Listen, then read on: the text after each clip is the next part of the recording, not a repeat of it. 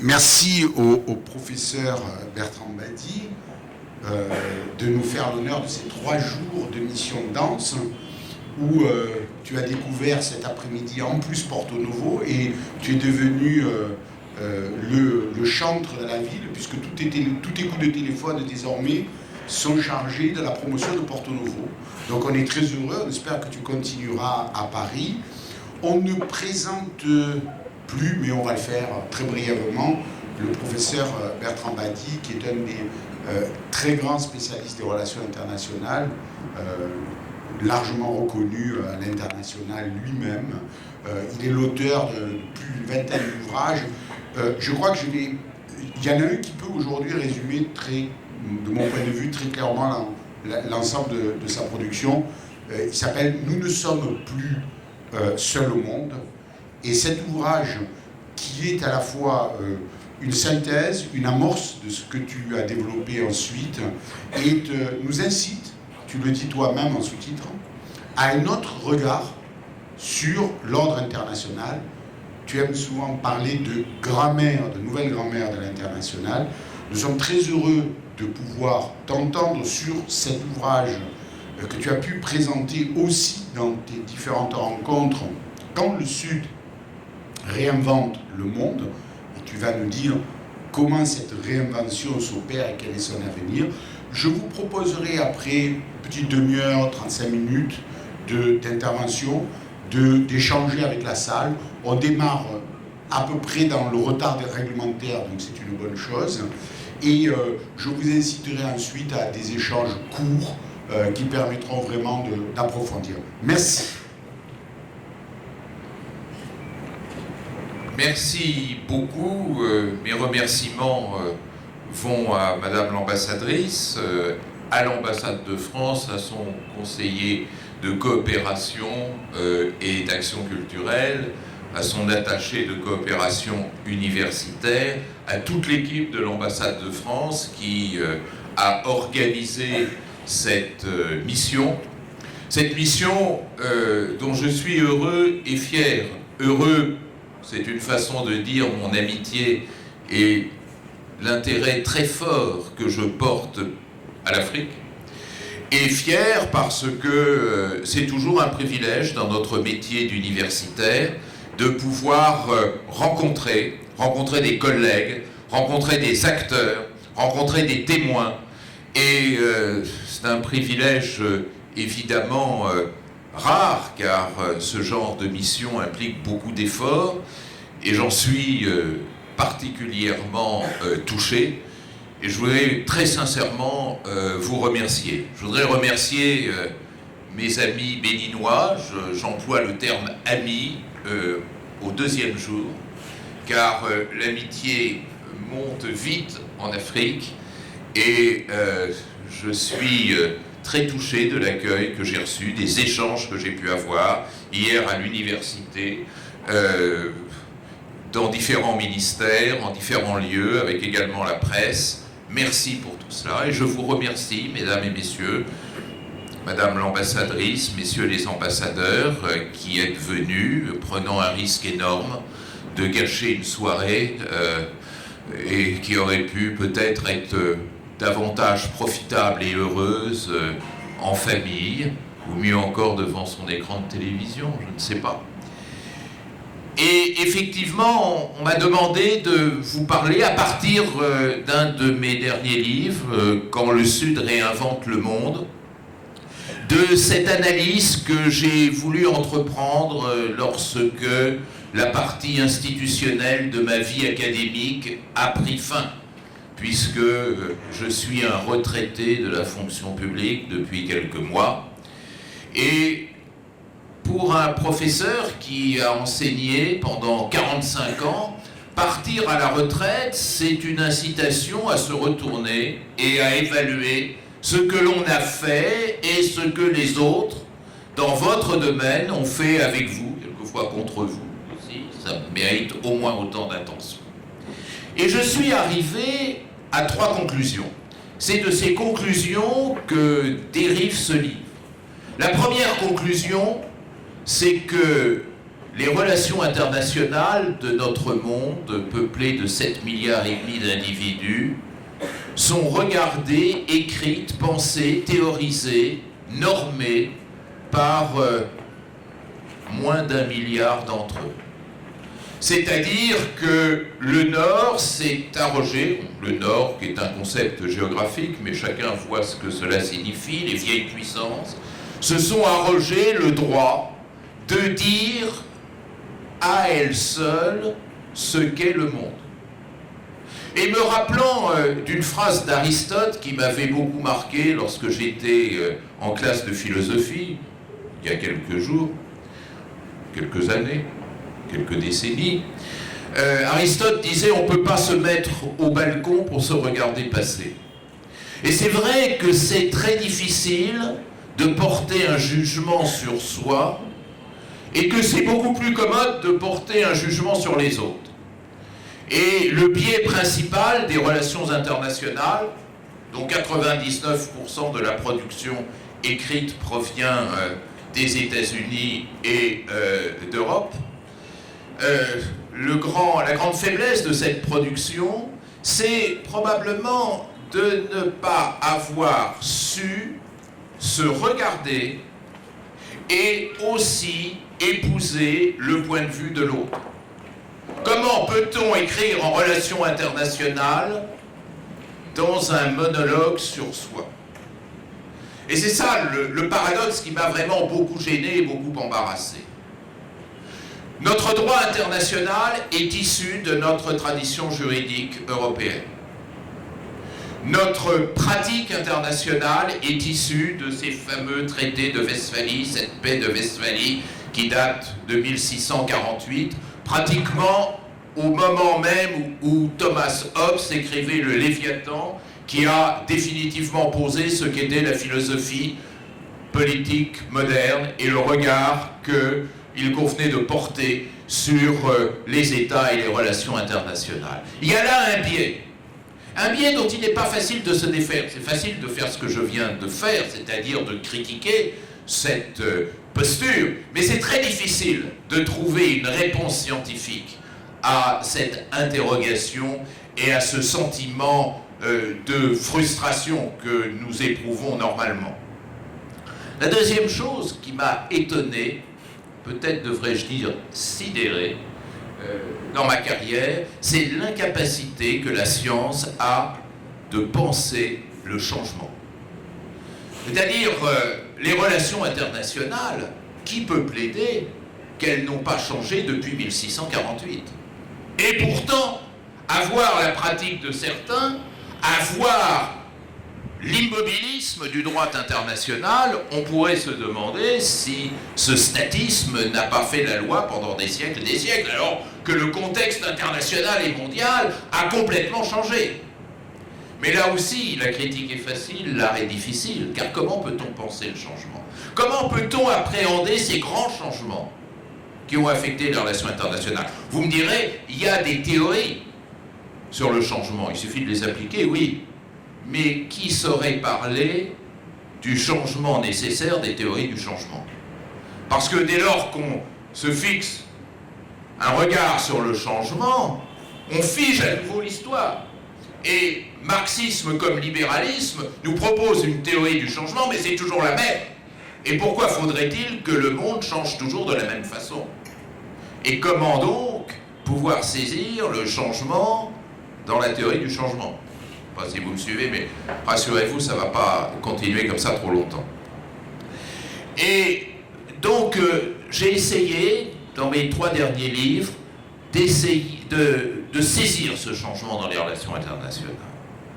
Et la troisième question, elle est peut-être plus persiflante que les 2 premières, c'est de dire, mais pourquoi tant de nos princes, mais pas seulement les princes, tant de nos observateurs, tant de nos analystes, tant de nos politiques résistent à ce point à l'idée de changer leur vision, de changer de paradigme, comme on dit dans notre métier.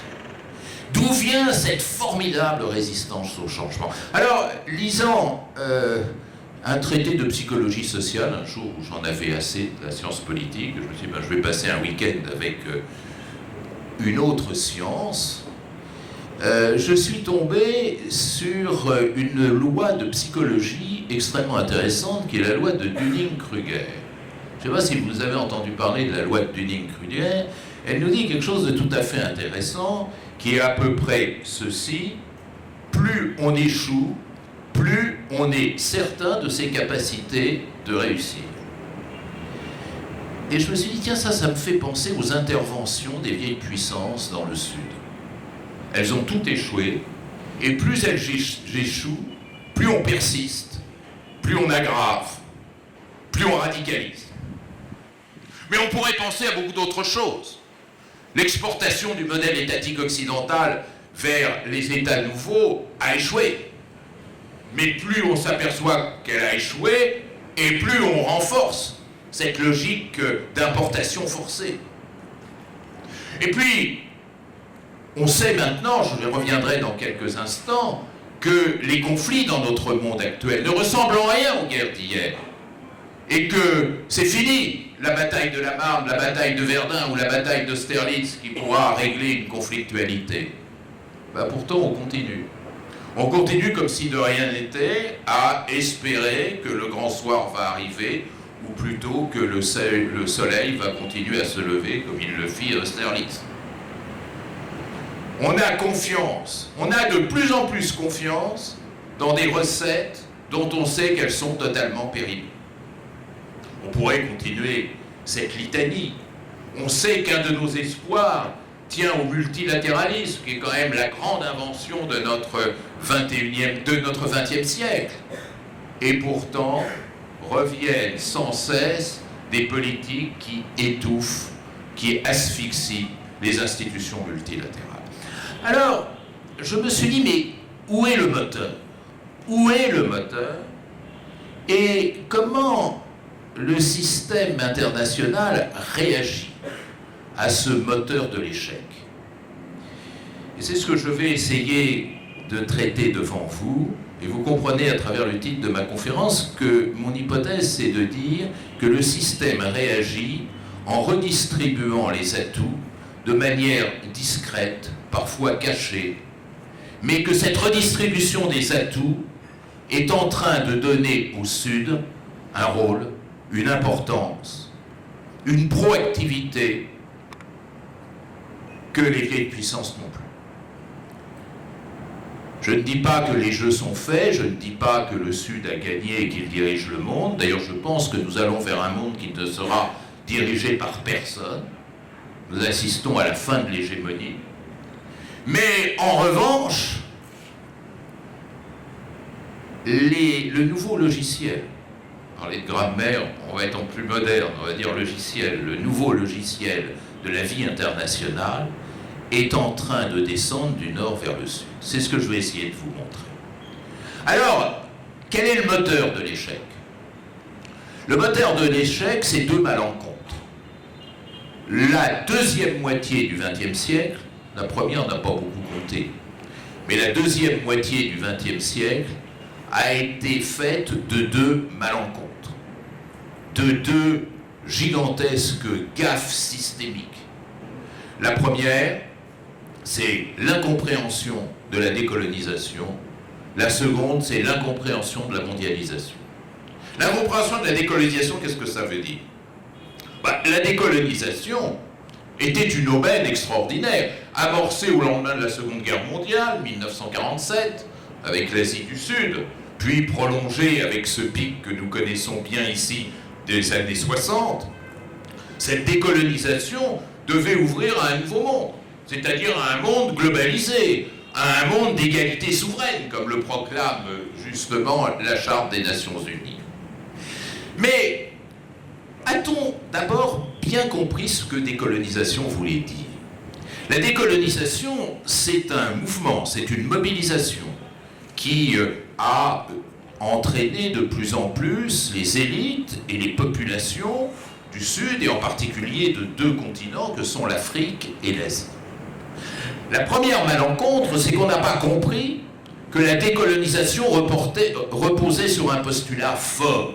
Et ce postulat fort, c'était non pas le désir de construire des États-nations, mais le désir de s'émanciper d'une formidable inégalité.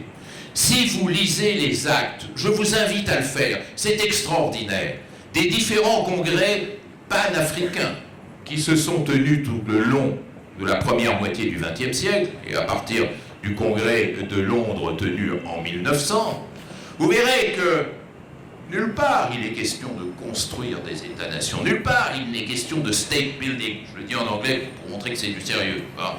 Nulle part il est question d'ingénierie politique.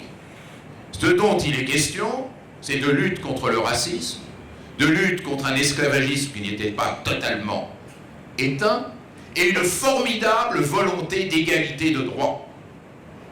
Ça, c'est quelque chose d'extraordinairement fort, parce que ce n'était pas de la part des penseurs, des intellectuels, des acteurs de la libération et de l'émancipation de l'Afrique, ce n'était pas une volonté de compléter le puzzle westphalien en apportant de nouvelles pièces, c'était au contraire la volonté d'avoir un statut égal dans l'histoire contemporaine. Et ceci est tellement vrai que les grands du panafricanisme, hélas un peu oubliés, j'ai été très ému en allant à Accra il y a quelques mois de pouvoir redécouvrir leur tombe, Wade Du Bois. Wade Du Bois, vous savez, c'est cet homme venu d'Haïti qui va transiter par le Massachusetts, qui va être le premier noir admis à une université prestigieuse, admis à Harvard, et George Padmore, qui vient aussi des Caraïbes. Du Bois et Padmore ne parlent pas d'État, ne parlent pas d'État à construire en Afrique, jamais, jamais. Et celui qui va être leur fils spirituel, qui va être le premier acteur des indépendances réelles en Afrique, Kwame Nkrumah, personnage qu'il faut redécouvrir, car il est d'une extraordinaire subtilité et complexité, et d'une étonnante lucidité.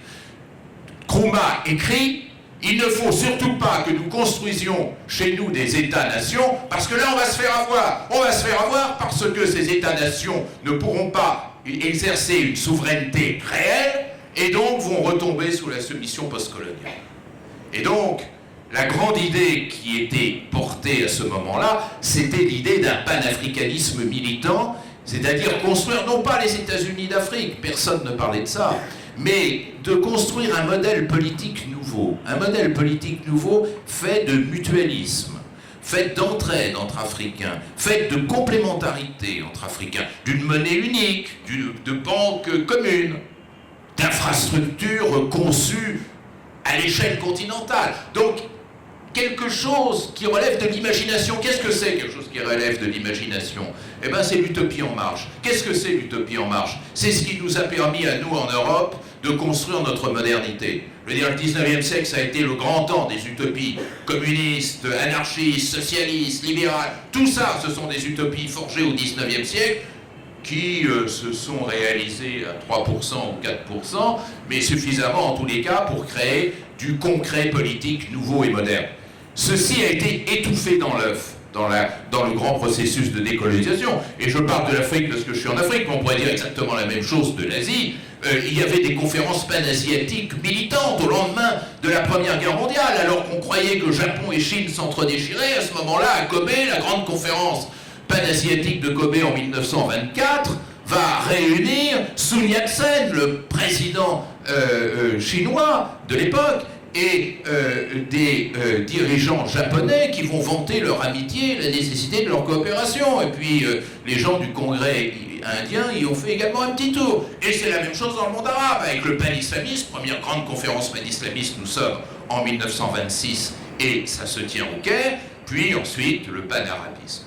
Tout ceci a été cassé, c'est-à-dire que la décolonisation s'est faite en brisant les utopies qui devaient créer, fonder un ordre nouveau, un ordre international nouveau. On a uniformisé le monde à l'image de ce système westphalien européen en créant donc des États-nations ingérables en tant que tels, qui ont abouti à des crises institutionnelles à répétition, jusqu'à aboutir à des explosions autoritaires, à la militarisation des régimes, ou au contraire à l'effondrement pur et simple des États.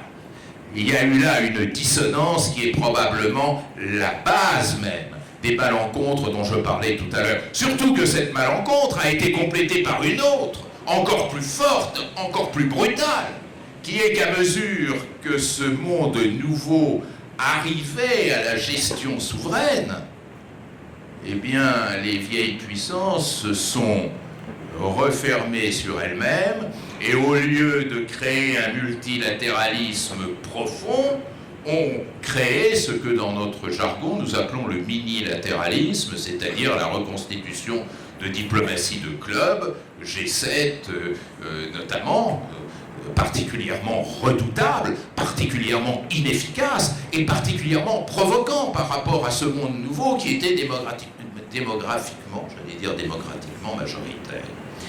Et là, une nouvelle étape est franchie par cette malencontre, parce que cette logique de l'exclusion de la gouvernance, cette logique de l'exclusion de la gouvernance mondiale, a eu une conséquence énorme. Lorsque vous n'avez pas voix au chapitre, lorsque vous n'avez pas le droit de co-décider, de co-gérer, qu'est-ce qu'il vous reste à faire? Contester, protester. Et on a vu naître, dès les années 60, une formidable diplomatie contestataire, le mot ne voulant strictement rien dire avant. Lorsque j'étais étudiant, il n'y a pas longtemps, n'est-ce pas? Ah non, il n'y a pas longtemps. Quand on n'aurait pas compris le mot diplomatie contestataire. Maintenant, la diplomatie contestataire, c'est la diplomatie de la majorité des États qui composent le système international. Parce qu'ils n'ont pas le choix d'autre chose. Et ça, on l'a vu se former à Bandung, puis dans la création du mouvement des non-alignés, puis dans la création du G77, les deux conférences d'Alger, celle de 67 et celle de 73, et voilà que 2/3 des États du monde se réfugient dans la contestation. Quand vous vous réfugiez dans la contestation, eh bien, effectivement, le système est grippé. Le système international est grippé. Et puis derrière est arrivée la mondialisation. Je dis derrière parce qu'il y a un léger décalage. On ne peut pas dater la mondialisation comme on peut approximativement dater la décolonisation. En gros, la mondialisation va occuper le dernier quart du XXe siècle, donc juste après. Alors, d'abord, je dois à l'honnêteté de vous dire que personne ne sait ce que c'est que la mondialisation. Je vais vous parler de quelque chose en vous suppliant de ne pas me poser la question de la définir. Il n'y a pas de définition scientifique de la mondialisation. Il n'y a pas de consensus dans la communauté académique sur ce qu'est la mondialisation. Donc, je dis notamment à mes amis étudiants, n'allez pas vous réfugier dans des définitions fétiches, il n'y en a pas. Elles sont toutes fausses. Et vous savez qu'en médecine, qui est une science un peu plus exacte que la mienne, lorsqu'on ne sait pas définir une maladie, ce qui arrive assez souvent, on la saisit par ses symptômes. Ben, la mondialisation, c'est la même chose. Faute de la définir, on en connaît les symptômes, pas plus. Et on sait qu'il y a 3 symptômes de la mondialisation, que sont l'inclusion, l'interdépendance et la mobilité. Si vous y regardez de près, ce sont 3 révolutions profondes. Alors quand je vous parlais tout à l'heure de changement dans les relations internationales et de résistance au changement, voilà un moteur troublant. Parce que, qu'est-ce que c'est que l'inclusion? L'inclusion, ça veut dire que pour la première fois depuis Adam et Ève, donc il y a un certain temps, nous n'étions pas nés, première fois depuis Adam et Ève, le système international couvre l'ensemble de l'espace mondial. Les systèmes internationaux qui existaient avant la mondialisation étaient des systèmes régionaux. Système européen, plus ou moins et très difficilement élargi à l'Amérique du Nord. Rappelez-vous la doctrine Monroe. Et jusqu'en 1989, le système international, c'était un système Est-Ouest, avec une grosse périphérie, on appelait ça la périphérie, c'est-à-dire tous les autres. Maintenant, tout le monde, sauf les Palestiniens, sont sur le même bateau. Tout le monde appartient au même système international. Et qu'est-ce que ça veut dire? Ça veut dire une invention, mesdames et messieurs, absolument bouleversante. Quel est ce bouleversement? Eh bien, avec la mondialisation a été inventé un système social unique, comme je le disais il y a un instant, qui est en même temps le système social le plus inégalitaire qui n'ait jamais existé dans l'aventure humaine.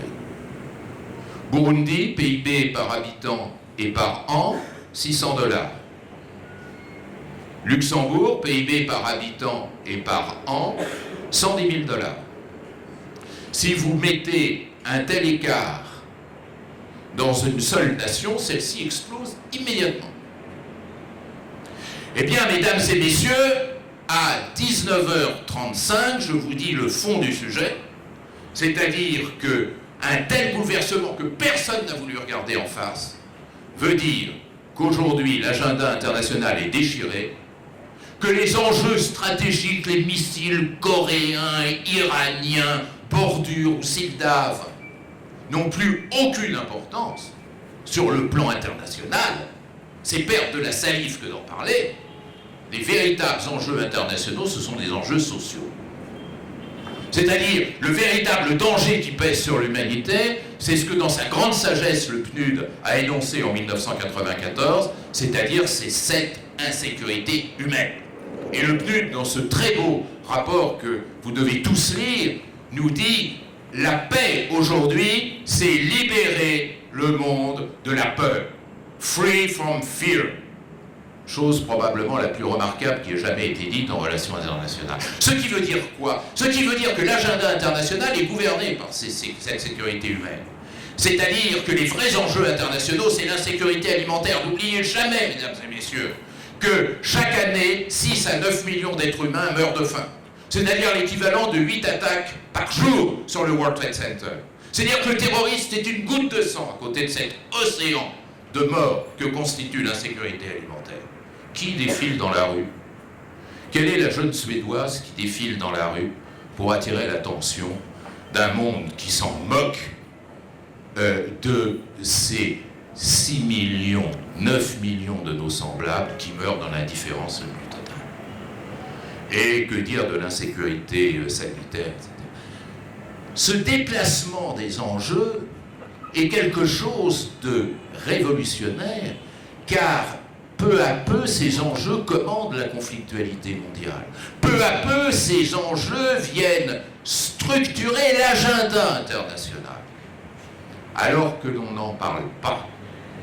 Je me rappelle ce moment navrant quand j'avais de l'argent et que j'emmenais mes étudiants de master de Sciences Po en stage aux Nations Unies. J'avais eu la bêtise de les emmener une fois à l'ECOSOC, le Conseil économique et social. Alors là, c'est terrible. Vous entrez dans une grande pièce, il y a 3-4 personnes, une avec un sudoku, l'autre avec un mot croisé, la troisième s'était trompée de pièce mais ne voulait pas sortir parce que ça faisait mauvais genre. C'est ça que le grand Kofi Annan appelait pourtant de ses voeux lorsqu'il parlait de l'urgente nécessité d'un multilatéralisme social. Ça bouleverse l'ordre international. Et vous me voyez venir, j'espère.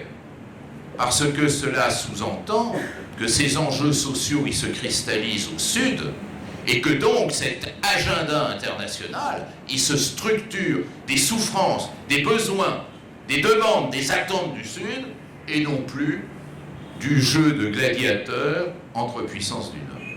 La mondialisation, c'est aussi l'interdépendance. Interdépendance, ça veut dire quoi?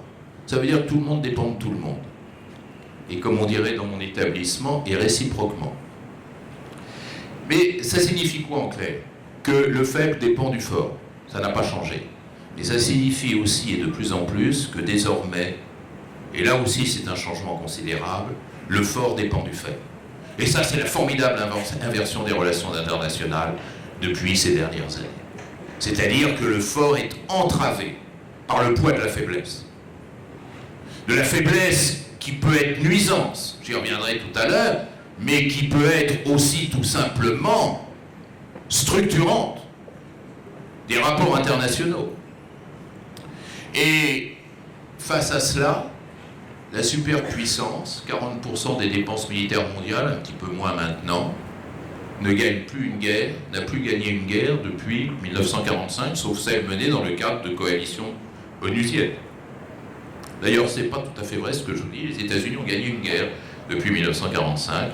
On a quand même réussi à vaincre l'île de Grenade et une armée de 89 hommes, peu entraînée, mais enfin quand même, il faut reconnaître, superpuissance nucléaire américaine a réussi à venir à bout de l'île de Grenade. Mais à part ça, effectivement, on s'aperçoit que le fort n'a plus de prime, que la puissance ne se transforme plus en victoire. Avez-vous remarqué d'ailleurs qu'il n'y a plus de victoire dans les guerres? Puis on pourrait continuer, il n'y a plus de bataille. Et il n'y a plus de champ de bataille. Et cette revanche du faible, qui désormais pèse sur le fort, c'est une autre transformation du monde qui replace le Sud au centre du dispositif international. Enfin, comme je prends du retard, je ne développerai pas, la mondialisation, c'est la mobilité généralisée. C'est-à-dire nous entrons dans un monde où la migration va être l'avenir du monde. L'avenir est aux migrants. L'avenir est à celui qui se déplace. Et quelle formidable résistance au changement que de ne pas même admettre l'idée que l'on puisse construire de nouvelles politiques qui optimiseraient l'apport d'une migration désormais non plus clandestine, mais officielle et donc gouvernable. Mais ça, il n'est pas question. Il n'en est pas question parce qu'il y a eu un grand malheur. L'immigration est devenue une marchandise électorale. Et la rhétorique anti-migratoire permet d'acheter à très bon marché les votes, qui donc, comme l'avait dit un de vos confrères, directeur de cabinet d'un ministre, je ne peux pas le nommer, vu mon obligation de réserve, m'a dit « Vous avez probablement raison, mais vous ne pouvez pas dire ça aux électeurs. » Et voilà le cercle vicieux qui est alimenté des vices de M. Salvini, de Mme Le Pen et de tous les vicelards de cet acabit. Face à cela, nous voyons, ou plutôt nous refusons de voir, que le système international s'est déjà transformé. Il s'est déjà transformé, notamment en modifiant en profondeur la nature de ce qui a été, depuis Hobbes, la matrice du jeu international, c'est-à-dire la guerre. La guerre a été définie par Hobbes comme étant une compétition de puissance. La guerre, aujourd'hui, s'est inversée. Ce n'est plus une compétition de puissance, c'est une compétition de faiblesse. Ce n'est plus la puissance qui enclenche la guerre. Ça ne veut pas dire que les puissants ne profitent pas ou ne manipulent pas les guerres. Ça, c'est une autre question. Mais la racine de la guerre ne se trouve plus dans l'affirmation de puissance ou dans la confrontation de puissance, mais dans l'effet de faiblesse. Trois faiblesses viennent ainsi alimenter la guerre d'aujourd'hui, à savoir la faiblesse des États, leur décomposition et leur effondrement, la faiblesse des nations, c'est-à-dire ces contrats sociaux qui n'arrivent pas à s'actualiser, et la faiblesse du lien social, c'est-à-dire ce défaut de solidarité horizontale qui est hélas le lieu commun, le lot commun de l'ensemble des sociétés du Sud. Tout ceci fait que la guerre d'aujourd'hui est l'inversion de la guerre d'hier. Ce ne sont plus des conflits interétatiques, mais majoritairement des conflits intra-étatiques. Ils n'opposent plus des armées, mais des milices. Non plus des chefs de guerre, mais des seigneurs de guerre, des warlords. Et ils ne cherchent plus à emblématiser les intérêts nationaux ou le fanion national, mais un identitarisme recomposé à la taille de chacun des acteurs qui viennent ainsi s'affronter. Ces nouvelles guerres, je le disais tout à l'heure, n'ont plus de champ de bataille, n'ont plus de victoire, n'ont plus de défaite. On ne les déclare plus, il n'y a plus d'armistice, il n'y a plus de traité de paix. Tout ça, c'est terminé. Et tout le monde regarde tout ça comme si rien n'avait changé. Et ça, c'est un paradoxe énorme et terriblement dangereux, parce qu'on essaye de traiter cette conflictualité avec des vieux remèdes, un peu comme si on traitait le cancer aujourd'hui en faisant appel aux sangsues ou aux ventouses. Et c'est pourtant ça, l'intervention militaire des puissances, c'est ça. Intervention qui n'a jamais abouti à un résultat positif, mais qui a partout aggravé la situation. Ce qui est un élément fort à méditer. Alors, je m'approche peu à peu de la fin de mon exposé, puisqu'on m'a imparti un temps précis pour dire que nous sommes au milieu du guet. Je ne sais pas ce qui va sortir de tout cela. Il peut en sortir des choses terribles, et relisant les jours où j'ai pas le moral, ce qui m'arrive assez souvent, l'Apocalypse, j'ai redécouvert les 4 cavaliers de l'Apocalypse, que Vincente Mainelli avait aussi en son temps redécouvert, et je me suis dit, ça colle. Ça colle pour le scénario négatif. Rappelez-vous le cavalier rouge. Le cavalier rouge, c'est la guerre. Et elle prolifère. Et ne croyez pas ces statisticiens qui vous disent qu'il y a moins de guerre aujourd'hui qu'hier, c'est complètement faux. Le cavalier blanc, il n'est pas difficile à identifier, c'est la montée des autoritarismes et des dictatures. Le cavalier blême, mais lui aussi il galope, c'est le racisme. Le racisme qui s'est emparé du système international comme une pathologie. Et le cavalier noir, c'est la faim, FAIM, l'insécurité alimentaire. Et ces 4 cavaliers de l'Apocalypse peuvent effectivement transformer tous ces changements en base d'une implosion mondiale qui n'est pas du tout à exclure. Mais je ne veux pas en entendre parler. Je ne veux pas en entendre parler parce qu'il y a quelque chose de plus fort que l'Apocalypse. Il y a quelque chose de plus fort que Dieu, c'est l'homme. C'est le génie humain. C'est l'espoir que l'on peut mettre dans l'humanité. Et à partir de là, il y a un autre chemin. Il y a un autre chemin qui me conduit à penser que cette réinvention du monde par le Sud est possible et que c'est même la seule façon d'éviter l'apocalypse. Et quels sont ces éléments qui viennent ainsi miser sur l'homme? Il y a quelque chose de pas très glorieux, mais qui peut-être sera l'élément le plus déterminant, qu'il faut surtout accepter, parce que c'est notre chance la plus forte de nous en sortir. C'est le calcul égoïste. L'égoïsme dans notre monde actuel est un égoïsme mal pensé. Le véritable égoïste, c'est moi. Moi qui vous dis, transformer le monde, donner au Sud sa pleine place, c'est acheter ma sécurité et celle de mes enfants et de petits-enfants, et donc des générations qui viennent.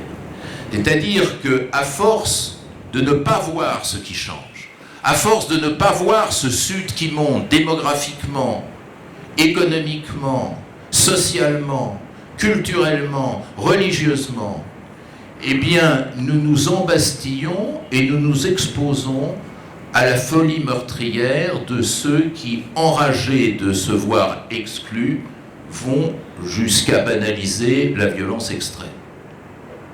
Donc, le calcul rationnel, c'est d'ouvrir les portes et les fenêtres pour que, justement, nous n'implosions point. D'un certain point de vue, je pense que c'était la ligne développée par le... Il y a 3 grands acteurs dans le monde qui misent là-dessus. Et le premier d'entre eux, qui a été bien seul durant ses 2 mandats, c'est Barack Obama. Et Barack Obama, relisez déjà son discours du Caire, 6 juin 2009. Il y a tous ces éléments. C'est comme si je l'avais copié. Mais il y a chez Barack Obama, et c'est sa part américaine, la conviction que le néolibéralisme peut sauver le monde, que finalement le marché, la liberté de vendre et d'acheter, de commercer, peut créer ce nouvel équilibre et permettre d'éviter les catastrophes et les violences à venir. L'autre, c'est Kofi Annan. Relisez son discours du millénaire, il dit des choses très proches de ça. Le troisième, c'est peut-être le pape François, mais Staline n'avait peut-être pas tort lorsqu'il disait « Ben oui, mais combien de divisions, ce monsieur ?» C'est-à-dire, quelle est la capacité diplomatique d'action du pape François, mais il a quand même des phrases courageuses.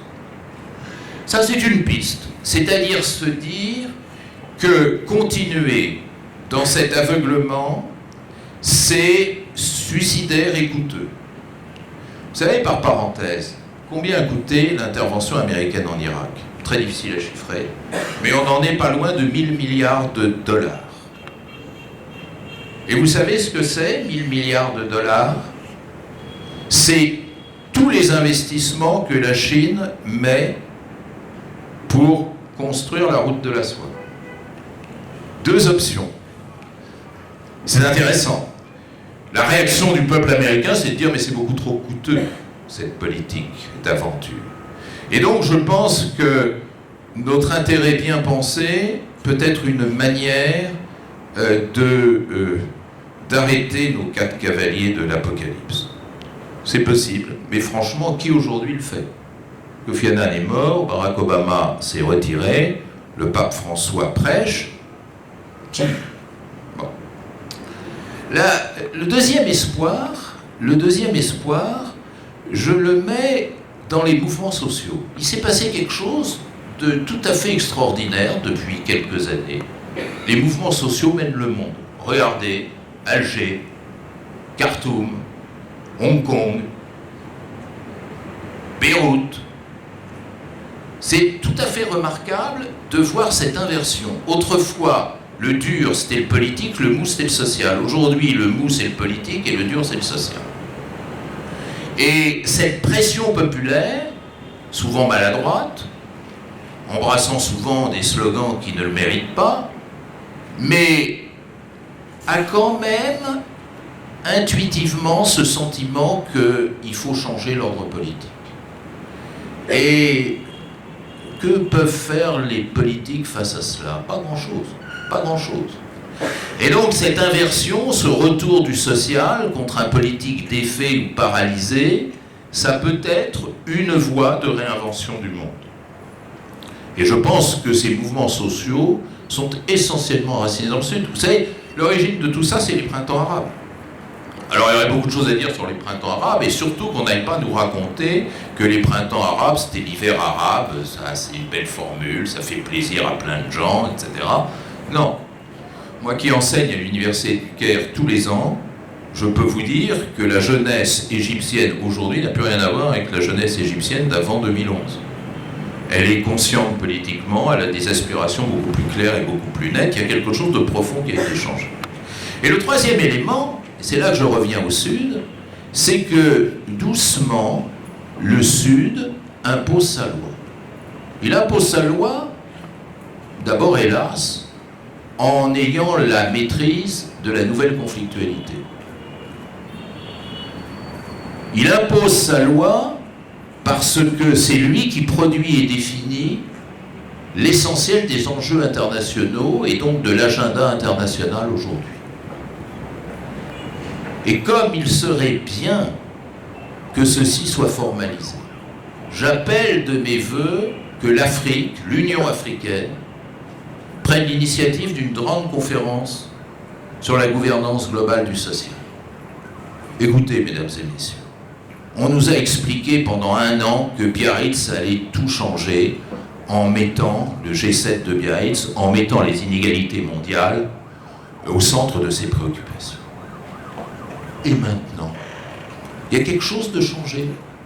Il y a 1 millimètre de déplacé. On en a, paraît-il, parlé. On n'a rien, mais absolument rien décidé. On a invité pour le café ces braves gens qui venaient d'Afrique ou d'Asie pour recueillir leur avis sur un mode paternaliste. And so what? Moi, j'aimerais que ceux qui sont au centre de ce malheur, des inégalités mondiales et de la malgouvernance sociale, prennent l'initiative de dire, ben voilà ce que nous attendons, voilà ce qu'il faut faire.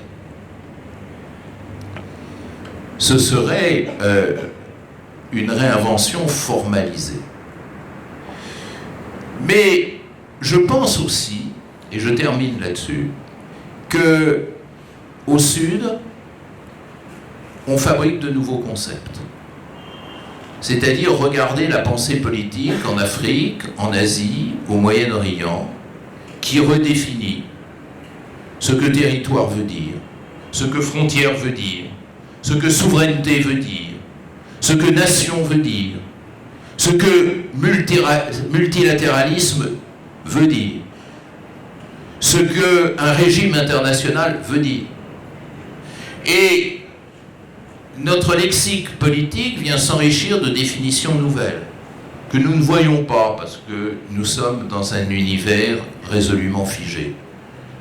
Et pourtant, quand la Chine, qui a, ne vous faites aucune illusion, le même désir de domination que tous les autres qui avaient accumulé des ressources de puissance auparavant, quand la Chine invente de nouvelles routes de la domination qui n'ont rien à voir avec l'hégémonie pratiquée par l'Occident, on ne veut même pas voir la différence.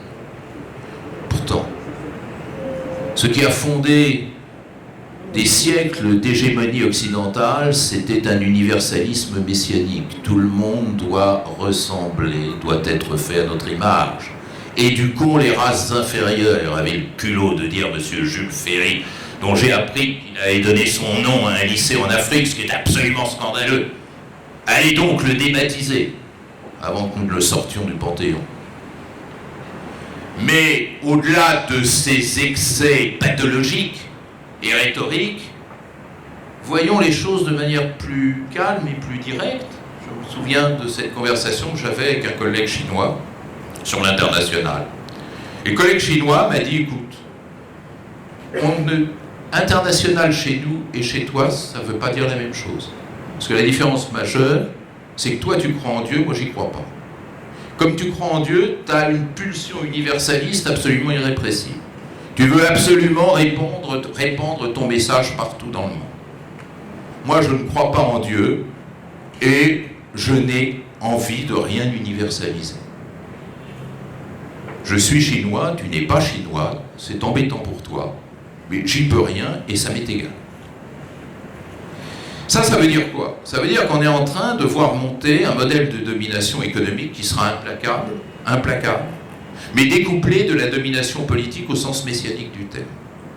C'est une autre histoire qui est en train de monter, et nous, pendant ce temps-là, au lieu de tenter de réagir à cette recomposition de l'international, eh bien nous pleurons.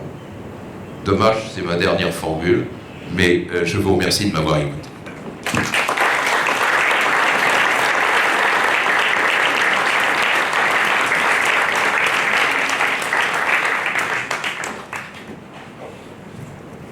Bertrand, tu avais commencé avec Aristote, on ne peut se mettre au balcon pour se voir passer.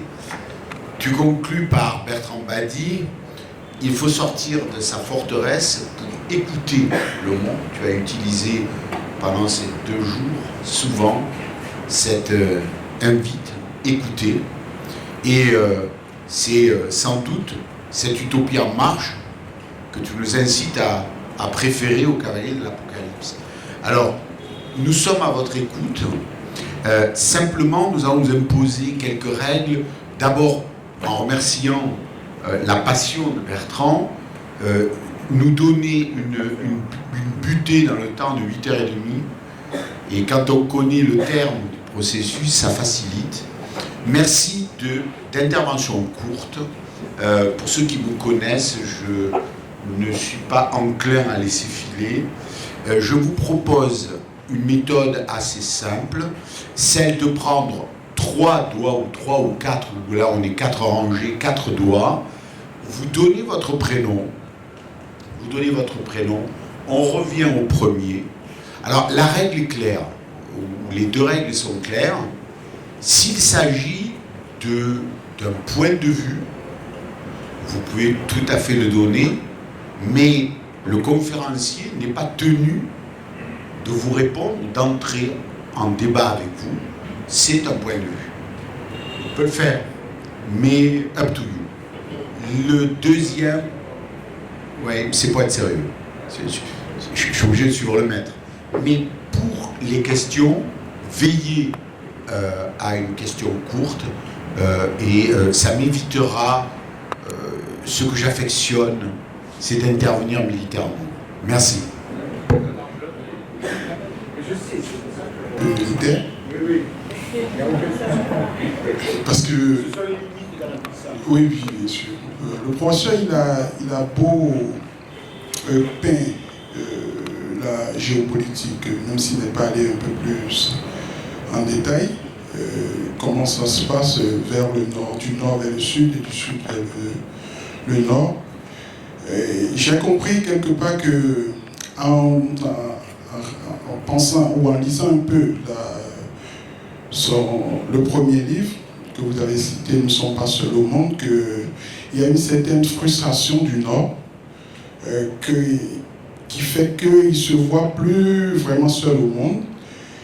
Et moi, je déduis que, bon, écoutez, ce Nord, je vois que, d'abord, en parlant de décolonisation de la France, qui a un peu... qui a perdu le pédale parce qu'ils n'ont pas eu les CAFA. Et après, je vais aller vite. Je vais aller vite. Quand vous parlez, par contre, de la mondialisation, vous avez défini la mondialisation comme un système social unique. Et vous avez dit qu'il n'y a eu pas de victoire. Et cette victoire, vous l'avez dit, il n'y a pas de victoire militaire, mais par contre, il y a eu des victoires économiques du Nord. Et vous avez dit que l'avenir est au changement, surtout à l'immigration montante et tout, ce qui, quelque part, vous avez dit aussi que c'est la cause aussi, c'est le favori, vous avez tout ceci a favorisé le radicalisme. Ma question, je vais aller à la question rapidement. Je vais aller à la question. Ma question, est-ce que vous pensez réellement que le Sud a réinventé quelque chose, ou peut réinventer quelque chose s'il existe toujours ces groupes de 7, de 20, etc. Alors, d'abord, monsieur, la géopolitique n'existe plus. Je n'ai pas employé ce terme, je le récuse totalement. La géopolitique, c'était la science de grand-papa. La géopolitique, c'est l'addition de deux termes qui aujourd'hui ne veulent plus rien dire. Géo, mais le monde n'est plus géographique. Il n'est plus géographique. Parce qu'il est de plus en plus mobile, transnational, interdépendant, non territorialisable. Et politique, parce que le politique est minoritaire dans tous les processus de transformation du monde, face à l'économique, face au culturel, face au religieux. Donc géopolitique, moi personnellement je ne sais pas ce que c'est, je l'ai mis dans ma poubelle il y a longtemps et il n'en est jamais ressorti. Je ne suis pas d'accord quand vous dites que le Nord a remporté une victoire économique, je ne sais pas où vous allez trouver ça, parce que regardez maintenant ce que couvrent les BRICS en termes de commerce mondial, c'est bien supérieur à ce que couvrent les vieilles puissances du Nord, qui, elles, étaient en revanche majoritaires de manière écrasante au lendemain de la Seconde Guerre mondiale dans le commerce mondial. Donc ça, on ne peut pas le dire. Il n'y a pas de victoire économique du Nord. Alors vous me demandez, est-ce que le Sud peut? J'ai essayé pendant 40 minutes de vous montrer que non seulement le Sud peut, mais le Sud a. C'est-à-dire a réalisé un certain nombre de choses. Quand je dis que le Sud a réinventé le monde, je ne veux pas dire qu'il y a un génial Einstein politique au Sud qui a complètement redéfini les relations internationales ou l'ordre politique. Ce que je dis, c'est qu'il y a des processus qui sont en mouvement. Ces processus ont pour localisation le Sud et sont en train de complètement redistribuer le jeu mondial, restructurer le jeu mondial et redistribuer les cartes sur le plan mondial. Donc de ce point de vue-là, je pense que l'histoire n'est pas finie, elle n'est jamais finie. Mais il y a un processus nouveau, moi, que je vous demande seulement de regarder, pas plus. Il ne s'agit pas de donner un score, il ne s'agit pas d'opposer même. Je pense que fondamentalement, vous savez, fondamentalement, la solution, ça sera dans l'abandon de l'antagonisme Nord-Sud. J'ai eu la chance, vu mon grand âge, d'accomplir des missions dans 112 pays du monde. Et ce que je retire de mes 112 missions, enfin les 112 pays que j'ai eu à visiter, c'est que l'humanité est profondément unique. Je rencontre dans les 5 continents les mêmes êtres humains, avec deux bras, 2 jambes, une tête, avec des joies, des peines, des bonheurs, des malheurs, des parents, des enfants, des amours, des haines, des détestations et des amitiés. L'être humain est fondamentalement le même partout. Donc c'est aussi ce que je reproche à la géopolitique, que de vouloir cataloguer le monde en catégories, alors que tout ceci n'est qu'affaire de circonstances, de conjoncture et d'intérêts individuels. Là, en revanche, vous avez tout à fait raison, et je vous rejoins tout à fait, c'est de dire que le Nord a peur. Le Nord, aujourd'hui, a peur parce qu'il est privé d'une sorte d'exclusivité dont il jouissait, jusqu'en 1989. Vous voyez ce que cette date évoque. Et effectivement, cette peur de la dépossession, cette peur de perdre ce monopole, est quelque chose d'obsessionnel, qui structure non seulement les politiques des dirigeants, mais les comportements sociaux. Et la peur, c'est très dangereux. La peur, ça a toujours abouti à des catastrophes. Les premières peurs du XXe siècle, on les a vues se développer pendant l'entre-deux-guerres, on sait à quoi ça a mené. La peur aujourd'hui, qui est une peur hystérique, parce qu'elle ne repose sur aucun argument rationnel, sauf la nostalgie d'un temps monopolistique, mais qui est devenu intenable, et en tous les cas, qui est d'autant plus avivé qu'on ne veut pas montrer aux populations de mon continent qu'il y a des alternatives, qu'il y a d'autres choses possibles, qu'on peut très bien accueillir les migrants et en tirer un résultat beaucoup plus efficace et positif que celui atteint par les politiques de répression aujourd'hui. On ne veut pas montrer les plans B qui existent dans tous les domaines. Moi, le ministère des Affaires étrangères m'avait confié une mission en 2006 pour monter une commission sur la gouvernance mondiale des migrations. J'avais dans cette commission des gens comme Ronnie Broman, comme Catherine de Vinden, Emmanuel Decaux.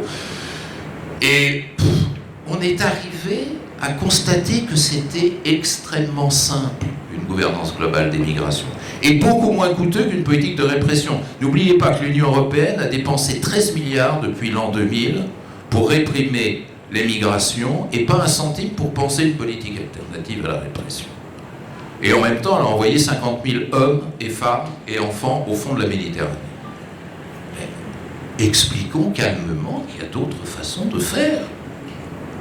Et vous savez, j'ai eu la chance de garder ma vieille mère jusqu'à l'âge de 95 ans. J'étais content que dans les EHPAD, il y ait des populations migrantes pour prendre soin d'elles et faire des travaux que mes compatriotes ne savaient plus ou ne voulaient plus faire. Merci. Suki. Je vous remercie, professeur Bertrand Badi. Moi, ma question est la suivante. Quelle place donnez-vous aux regroupements régionaux dans la politique de la FAIRES ?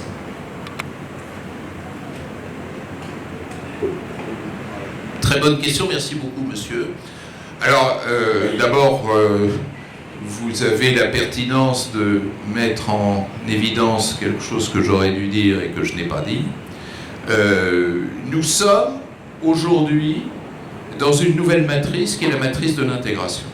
C'est-à-dire, pour la raison que j'exposais tout à l'heure, qui tient à la mondialisation, qui tient aux interdépendances croissantes, il n'y a plus de solution possible qu'au travers des formes d'intégration. Alors le multilatéralisme a pour vocation de créer une intégration sociale internationale, une intégration sociale mondiale. Il le fait d'ailleurs, certains de ses agents le font magnifiquement. Je rendais hommage au PNUD, mais rendons hommage à l'OMS, rendons hommage à la FAO, rendons hommage à UNICEF, où le travail qui est fait est formidable. Petit cocorico, vous avez vu que je n'étais pas tellement du genre à pousser des cris nationalistes. C'est à un Français que nous devons cette idée, le grand Léon Bourgeois, complètement oublié chez nous d'ailleurs, complètement oublié, qui a été le premier président de la Société des Nations et qui avait publié en 1910 un ouvrage qui s'intitulait « Pour une Société des Nations » dans lequel il expliquait que le monde allait vers la domination des grandes questions sociales mondiales et que les armées ne pourraient plus les résoudre et qu'il faut donc se tourner vers des grandes institutions multilatérales. Léon Bourgeois, qui connaît Léon Bourgeois aujourd'hui, j'ai l'impression que Johnny Hallyday est plus connu en France que Léon Bourgeois. Vous voyez qu'il y a des choses qui ne vont pas dans notre pays. Voilà. Bon. Mais le grand problème de l'intégration sociale, politique ou économique globale, c'est que, évidemment, le défi est énorme. Le défi est énorme. Et l'intégration de la raison, elle est régionale aujourd'hui. C'est-à-dire la seule façon de construire l'intégration du possible, c'est de promouvoir les intégrations régionales. Alors ce qui est intéressant, c'est que nous, en Europe, on l'a fait, là aussi, poussé par la peur. C'est-à-dire quand on est sorti du deuxième conflit mondial, 60 millions de morts, on s'est dit, pour que ça ne recommence pas, on va créer l'intégration européenne. On le doit notamment à la froide raison du général de Gaulle, qui avait dit charbon anglais plus charbon français, ça ne suffit pas pour reconstruire l'Europe, on a besoin du charbon allemand. Et le général de Gaulle avait infiniment plus de subtilité que Georges Clemenceau, dont l'obsession était d'humilier l'Allemagne. Le général de Gaulle a dit qu'il ne s'agit pas d'humilier l'Allemagne, d'abord il s'agit d'humilier le nazisme, ce qui est tout à fait différent. Et d'autre part, c'est effectivement dans la réconciliation franco-allemande que l'on pourra créer les conditions d'une Europe efficace. Rendons hommage à lui, à Konrad Adenauer, et à tous ceux qui, de part et d'autre du Rhin, ont compris la magie de l'intégration. Aujourd'hui, tout ça, c'est loin. L'Europe est reconstruite. Le risque de guerre à l'intérieur de l'Europe est faible. Donc, on joue à nouveau la carte nationaliste, qui est mortelle. C'est notre poison. Et je suis très pessimiste là-dessus. Regardez la pantalonnade du Brexit, et ça vous donne effectivement une idée de l'inadéquation qu'il y a aujourd'hui entre des politiques néo-nationalistes et le respect des lois de la mondialisation. Alors, ce qui est intéressant, et croyez-moi que ce n'est pas pour faire plaisir à mes amis africains que je dis ça, ni pour faire honte au continent auquel j'appartiens, mais je pense que l'intégration africaine marche beaucoup mieux que l'intégration européenne. Et je ne suis pas de la génération de ceux qui donnent des conseils à l'Afrique. Je pense que le seul conseil que je puisse donner à l'Afrique, c'est que l'Afrique trouve d'elle-même ce qu'elle a envie de trouver. Mais en tant qu'ami de l'Afrique, j'espère que cette intégration africaine va continuer à aller de l'avant, parce que c'est la seule solution. Vous savez, la solution, c'est pas Eurafrique, Chine-Afrique, Russe-Afrique, Turc-Afrique, Inde-Afrique, ou tous ces machins-là. La solution, c'est déjà l'intégration africaine. Je vous ai montré tout à l'heure, j'y tiens beaucoup, que la grande utopie politique africaine, c'est le panafricanisme. Utopie au sens noble du terme, c'est-à-dire le moteur de l'histoire. Et ce que je constate, c'est que moi, je viens d'un continent où, depuis 6 siècles, 7 siècles, les États-nations ne cessent de s'entre-déchirer. S'ils ne se font pas la guerre, ils s'invectivent, ils s'injurient, ils bloquent tel candidat à la Commission européenne, etc. etc. C'est le jeu européen. C'est fou ce que c'est drôle, c'est fou ce que c'est amusant. Moi, je constate que l'Afrique est, hélas, une terre de conflits aujourd'hui, mais pas de conflits interétatiques. L'Afrique est la région du monde qui compte le moins de conflits interétatiques. Je ne parle pas des scissions à l'intérieur des États, style Éthiopie, Érythrée ou Soudan, Sud-Soudan, voire à un moment Biafra, Nigeria, etc. Ça, c'est autre chose. Je parle des rivalités, de ce que Hobbes appelait les rapports de gladiateurs. Je connais qu'un seul cas de conflit interétatique en Afrique, c'est la guerre des sables entre l'Algérie et le Maroc en 1963. Mais à part ça, il n'y en a pas. Ce qui est un atout formidable pour vous. Un atout formidable. Et de même, quand je parle avec mes amis africains, et encore en ce moment au Bénin, la semaine dernière j'étais en RDC, même chose, Ils se disent beaucoup plus volontiers africains que nous disons européens. Et là, c'est une leçon pour nous. Quand dans mes amphis à Sciences Po, je m'amuse à faire un petit sondage, qui se sent d'abord européen? Alors les 3 ou 4 étudiants Erasmus lèvent timidement le doigt en tremblant. Qui se sent appartenir d'abord à leur région? Alors tous les Corses et les Bretons de l'amphi. Et qui se sent d'abord national? Français, belge, etc. Et là, une forêt de mains se lève. Mais ça, c'est notre histoire. Et notre histoire, elle n'est pas universelle. Et je pense que l'Afrique a une autre histoire. On verra si elle la gagnera, cette histoire. Merci. Très juste. Je vous remercie. J'aimerais savoir si Paris est en train de redéfinir, par vos sorties déjà, sa politique envers les faibles. Parce qu'elle a été frappée, bon, je ne vais pas dire Paris seul, je vais dire l'Occident en général, a été frappé de façon involontaire, même si on va dire, par les faibles, c'est-à-dire la montée du nationalisme et le terrorisme, la crise des Gilets jaunes même en France, déjà, qui est déjà une conséquence de ce qui se passe avec l'immigration en France, ainsi de suite. J'aimerais savoir si Paris actuellement est en train de redéfinir sa politique. Après, je vais donner un avis.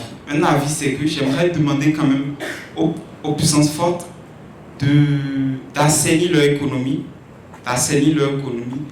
Ainsi, il ne faut pas qu'on soit assez narcissique pour penser qu'on peut penser de façon exacte le système international. Parce qu'il y a, au fil du temps, des conséquences qui découlent. C'est-à-dire, il faut que les grandes puissances quand même arrivent à assainir leur économie de façon plus humaine pour permettre aux faibles non seulement de s'autonomiser, mais de créer cette paix entre le fort et le faible. Voilà. Merci beaucoup. Ouais, monsieur, vous posez une question extraordinairement complexe et qui est très intéressante. C'est-à-dire le repositionnement face à la faiblesse. C'est un très beau sujet de dissertation. Vous avez 4 heures pour le traiter.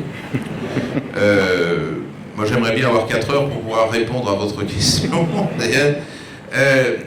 Je pense 3 choses. Et je le dis avec beaucoup de prudence. Je pense d'abord que les vieilles puissances ne sont pas arrivées, c'est ce que je vous ai dit, je crois, plusieurs fois dans ma conférence, au bout de la découverte de l'impuissance de la puissance. Il manque une réflexion là-dessus. Cette réflexion, oserais-je dire, est bloquée. Elle est bloquée dans notre système politique. Imaginez un candidat à l'élection présidentielle en France qui dit la puissance est impuissante, c'est les faibles qui, etc. Il va récolter 0,1% des voix. Donc ce débat est bloqué sur le plan politique. Il l'est d'un certain point de vue sur le plan académique. C'est ce que j'ai essayé de vous montrer. C'est-à-dire, on ne veut pas changer notre science. Et ça, c'est quelque chose d'extraordinairement dangereux. Il est bloqué aussi sur le plan affectif et comportemental. Parce que on a peur, comme je l'ai dit tout à l'heure, de ces changements, mais on a peur aussi d'avouer que la puissance est devenue impuissante. Et tout ça, ça fait partie de notre psychanalyse telle qu'elle devrait être faite dans nos pays européens. Je constate qu'il y a très peu d'acteurs en Europe qui vont véritablement dans cette direction. En France, Eva Joly avait tenté des choses, bon, elle s'est retrouvée avec 1%, un petit peu plus. Ah, vous voyez, c'est exactement ce que je dis. Deuxième chose que j'ai envie de vous dire, c'est quelque chose de très pessimiste et qui va dans le sens de ce que vous dites à propos de l'économie. Il y a eu un réflexe dans le vieux monde qu'un excellent sociologue finlandais qui s'appelle Teivainen a essayé de théoriser dans un très beau livre et qui consiste à dire face aux menaces, scientifisons l'économie. C'est-à-dire que la pensée dominante, la pensée unique dans le vieux monde aujourd'hui, c'est de dire l'économie est une science exacte, donc la politique sert à rien. À partir du moment où la science économique décide de ce qui est bon ou de ce qui est mauvais, pourquoi aller consulter le peuple? Et ça, c'est la source de ce qu'on appelle l'arrogance des élites gouvernantes. C'est-à-dire, vous réclamez des choses, mais de toute façon, vous n'y comprenez rien. Moi, je sais ce que c'est que la bonne loi économique, donc, où vous me suivez, puis après, il y aura le fameux ruissellement, vous verrez.